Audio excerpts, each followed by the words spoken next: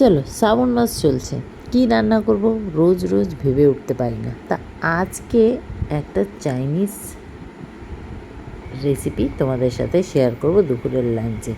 কিন্তু চাইনিজ রেসিপিতে পেঁয়াজ রসুন দেওয়া হয়, কিন্তু আমি পেঁয়াজ রসুন ছাড়াই আজকে রান্না করব।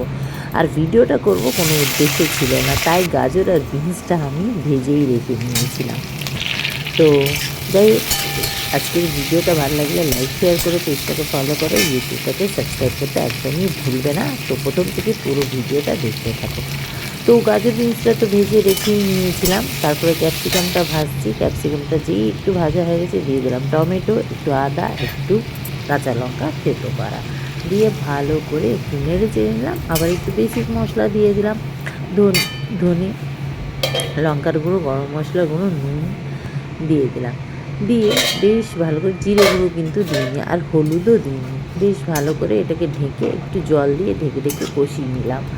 কষিয়ে নিয়ে ব্যাস এই দেখো একটুখানি তেল ছেড়ে এসছে, তারপরে দিয়ে দিলাম সয়া সস।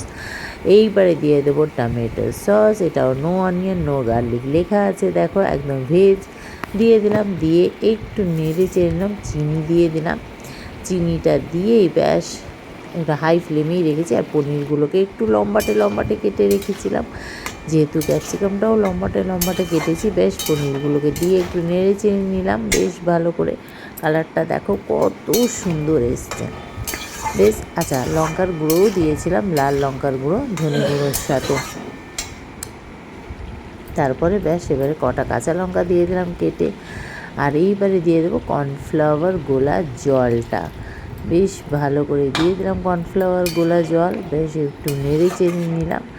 এইবারে এটাকে ঢেকে দেব। এবারে যেই ফুটে আসবে অমনি এটাকে ঢেকে রান্না হতে দেবো। ওই 5 থেকে 7 মিনিট ঢেকে রান্না করে নেব একদম লো হিটে। তো ভেজ চিলি পনির আমাদের একদম রেডি হয়ে গেল। ব্যাস এবারে এটাকে নামিয়ে নেব। আমি একটু বেশি গ্রেভি রাখলাম, যেহেতু একটু রাইস দিয়ে খাওয়া যাবে বলে, তো তাও এটা টেনে যাবে। তো একদম এটা রেডি হয়ে গেল। তো চলো এটাকে একটা সার্ভিং বলে ঢেলে নিই। তো এটা একদম আমাদের রেডি হয়ে গেছে। দেখো দেখে কেউ বলবে না যে এতে পেঁয়াজ রসুন ছাড়া। কালারটা কত সুন্দর এসছে দেখো। তো ভেজ বানালে এইভাবে তোমরাও একবার বানিয়ে দেবো। তো চলো এবারে রাইসটা বানিয়ে নেব। তো বেশ কড়াটা ধুয়ে নিলাম, ধুয়ে আবার বসিয়ে দিলাম। এবার দিয়ে দিলাম একটু সাদা তেল, দিয়ে দিলাম বড় এলাচ, ছোটো এলাচ, দারচিনি, লবঙ্গ, তেজপাতা দিয়ে আর কটা কাঁচা লঙ্কা দিয়ে দিলাম। দিয়ে বেশ একটু ফোড়নটা যেই হয়ে এসছে অমনি যে ধুয়ে রেখেছিলাম চালটা, গোবিন্দভোগ চাল আর কি, চালটাকে ধুয়ে রেখেছিলাম 1 ঘন্টা আগে। ব্যাস চালটা দিয়ে একটু নুন দিয়ে দিলাম। নুনটা দিয়েই বেশ এবার হাই ফ্লেমে একটু এটাকে ভালো করে ভেজে নিচ্ছি। যেই এটা বেশ ভালো করে ভাজা হয়ে যাবে, বেশ ভালো করে ভেজে নিয়ে জলটাও শুকিয়ে গেল, দেখো কালারটাও চেঞ্জ হয়ে গেছে। দিয়ে দিলাম একটু ফ্রোজেন মাটন, একটু কঞ্জুসি করেই দিলাম, কারণ ফ্রোজেন মাটন তো অনেক কষ্ট করে ফ্রোজেন করে রাখি সারা বছর খাওয়ার জন্য, তাই একটু কঞ্জুসি করেই দিলাম অল্প একটু। এবারে দিয়ে দিলাম গরম জল। গরম জলটা দিয়ে ভালো করে এবারে খুন্তি দিয়ে নেড়ে চেড়ে নিলাম। নিয়ে এইবারে দেখো গরম জলটা দেওয়ার সাথে সাথে ফোটা শুরু করে দিয়েছে একদম। তো ওই দেখো ফোটা আরম্ভ হয়ে গেছে। এইবারে এটাকে কী করব, ঢেকে দেবো। বেশ হাই ফ্লেমে এটা ঢাকা থাকবে কিছুক্ষণ, ওই 3 থেকে 4 মিনিট। ব্যাস 3 থেকে 4 মিনিট পর দেখো অনেকটাই জল টেনে গেছে একদম।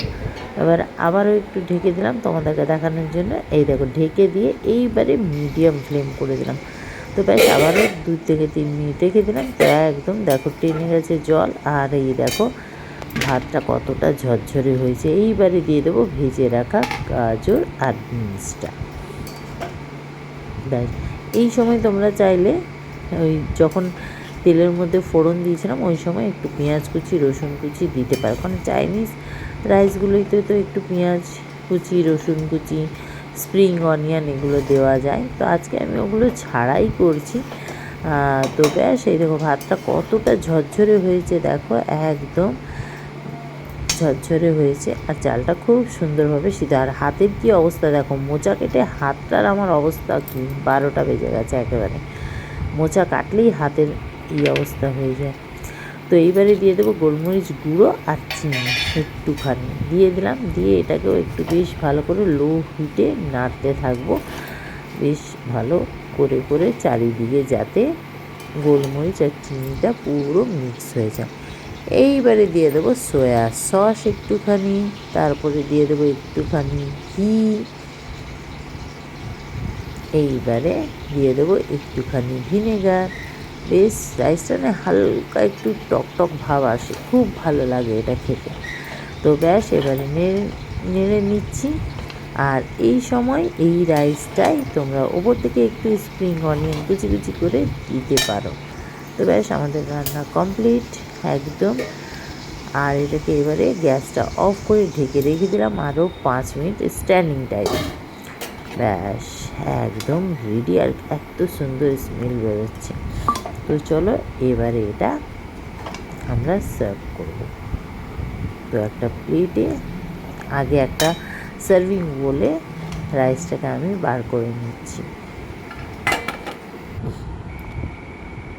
ব্যাস এবারে চলো প্লেটিং করে নিচ্ছি। এই দেখো কত সুন্দর ঝরঝরে হয়েছে রাইসটা। আর রাইসটা থেকে খুব সুন্দর একটা ফ্লেভারও বেরোচ্ছে। যাক, তো তোমাদের কেমন লাগলো? আর আলুটা ভাজা ছিল, তাই আলু ভাজাও সার্ভ করে নিলাম একটু।